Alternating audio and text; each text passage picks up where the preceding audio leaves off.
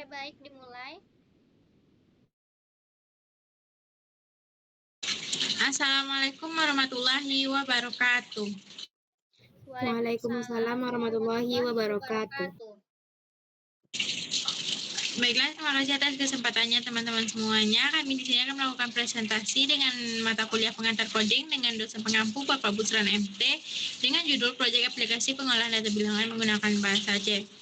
Sebelum kita mulai presentasinya, maka perkenalkan dulu saya Widya Melani Putri dengan NIM 24334048 sebagai moderator dan rekan-rekan saya. Dan saya Ramadhani dengan NIM 24334035 sebagai pemateri pertama. Dan saya Vanitiara Rizal dengan NIM 24334044 sebagai pemateri kedua. Baiklah, tanpa berlama-lama kita mulai saja presentasi kita pada pagi hari ini dengan pemateri pertama yaitu Ramadhani. Baik, terima kasih moderator atas kesempatannya.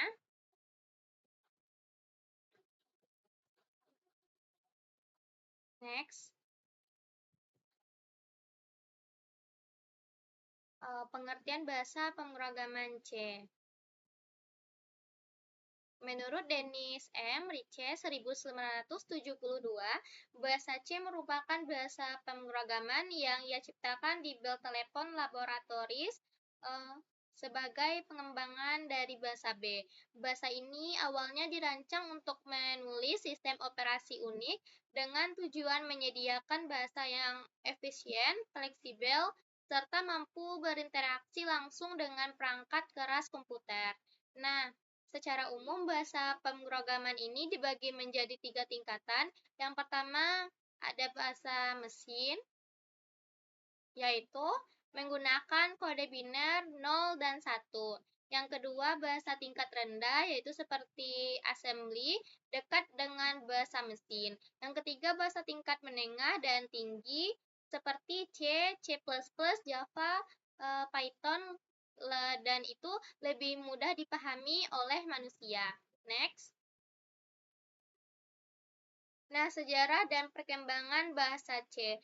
Bahasa pemrograman C dikembangkan pada tahun 1972 oleh Dennis M. Riche di Bell Telephone Laboratories, Amerika Serikat, untuk menulis sistem operasi unik C. Dirancang untuk menjadi bahasa yang efisien, fleksibel, dan portable, mengatasi kelemahan bahasa assembly yang tidak portable dan sulit dibaca. Bahasa C kemudian distandarisasi secara internasional melalui ANSI C, yaitu American National Standard Institute 1989.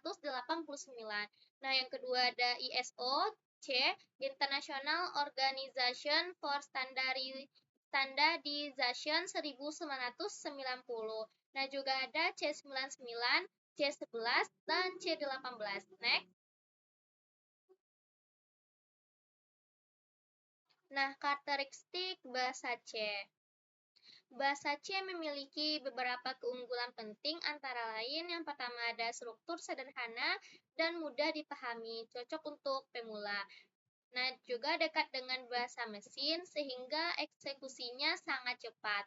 Nah, di sini juga ada portabilitas tinggi, yaitu artinya program dapat dijalankan di berbagai sistem operasi. Nah, yang kedua, mendukung pemrograman struktural dan modular. Yang ketiga, menjadi dasar bahasa banyak modern seperti C++, Java, Go, dan Python. Next.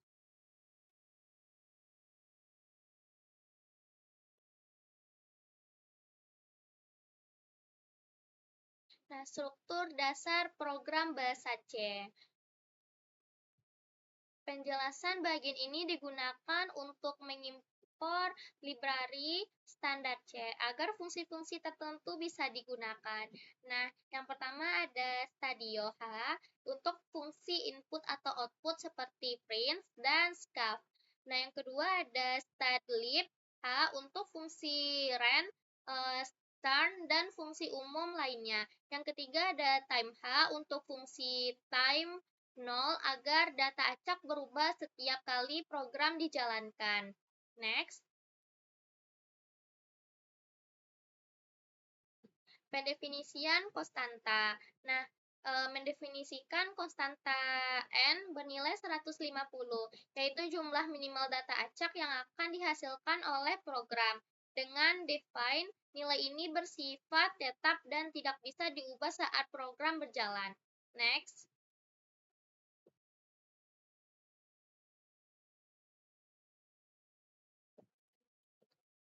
Nah, struktur dasar program bahasa C. Definisi fungsi-fungsi pendukung generate data. Nah, yaitu mengisi array data dengan bilangan acak antara 1 sampai 100. Next.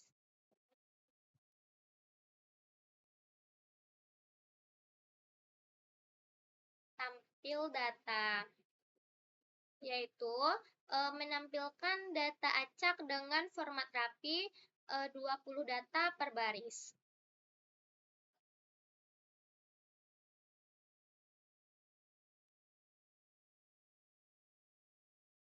Konsep statistik dasar. Yang pertama ada nilai tertinggi, maksimum, nilai paling besar dalam kumpulan data. Yang kedua ada nilai terendah minimum, nilai paling kecil. Yang ketiga ada rata-rata, yaitu mean, jumlah seluruh data dibagi jumlah elemen. Nah, juga ada median, yaitu nilai tengah setelah data diurutkan. Yang kelima, ada modus, yaitu nilai yang paling sering muncul. Baik, akan dilanjutkan oleh pemateri kedua, Fani. Terima kasih. Baik, terima kasih Ramadhani. Selanjutnya itu ada sorting pemrograman modular yang digunakan untuk mengurutkan data dari kecil ke besar atau sebaliknya. Nah, pada program ini juga digunakan algoritma bubble sort, yaitu pemrograman modular adalah teknik menyusun program menjadi bagian-bagian kecil berupa fungsi. Yang tujuannya adalah agar program ini mudah dipahami, diperbaiki, dan digunakan kembali. Nah, terus ada perancangan program. Yang pertama itu program mulai yang gunanya untuk menampilkan seluruh data. Yang kedua itu sistem membuat 150 data acak untuk mengurutkan data dari kecil ke besar. Terus yang ketiga tampilan menu utamanya yang gunanya untuk mengurutkan dari data besar ke kecil. Yang keempat itu user memilih proses sorting, maksimum, minimum, rata-rata, dan rata-rata. Nah, yaitu gunanya untuk menentukan nilai tertinggi, nilai terendah, dan nilai rata-rata. Terus yang kelima juga menghitung median. Terus yang kelima itu jalankan fungsi sesuai pilihan untuk mencari modus. Yang keenam kembali ke menu. Yang ketujuh keluar program jika memilih 0, yaitu menghitung berupa banyak data yang sama. Selanjutnya itu hasil tampilan program seperti yang tertera pada PPT. Setelah proses dijalankan, sistem secara otomatis menghasilkan 150 bilangan acak dengan rintang nilai antara 0 hingga 99 menggunakan fungsi run. Nah, data ini kemudian disimpan dalam sebuah array yang digunakan sebagai data utama untuk dianalisis. Pada program ini kemudian menampilkan menu interaktif yang memudahkan pengguna memilih proses pengolahan data yang ingin dilakukan. Selanjutnya ada pembahasan tiap fitur program. Yang pertama itu menampilkan data. Program ini menampilkan seluruh 150 data acak ke layar. Nah, penampilan data dibuat per 20 angka per baris agar lebih mudah dibaca, yang bertujuan untuk memastikan data telah terbentuk dan bisa dianalisis lebih lanjut. Yang kedua itu ada sorting ascending, yaitu proses sorting dilakukan menggunakan bubble sort. Nah, bubble sort ini dipilih karena sederhana dan mudah dipahami mahasiswa. Program yang membandingkan dua elemen berurutan, jika salah posisi maka akan ditukar. Nah, contoh sebelum dan sesudah sorting, yang sebelum sortingnya itu ada 80, 2, 57, 13, dan 90, sampai seterusnya. Sesudah sorting itu ada 2, 13, 57, 80, 90, dan seterusnya. Yang ketiga itu ada sorting descending, kebalikan dari ascending ini. Nah, data yang diurutkan dari nilai terbesar ke terkecil. Meski menggunakan algoritma yang sama, logika pembandingnya itu dibalik. Nah, hasilnya kemudian memudahkan pengguna mengetahui data terbesar tanpa harus mencari manual. Selanjutnya itu ada analisis efektivitas program. Itu ada aspek serta penjelasannya. Aspek yang pertama yaitu akurasi. Nah, yaitu semua nilai baik mean, median, maksimum, dan minimum modus dihitung dengan benar. Terus yang kedua ada efisiensi, yaitu data sejumlah 150 masih sangat cepat diproses menggunakan bubble sort.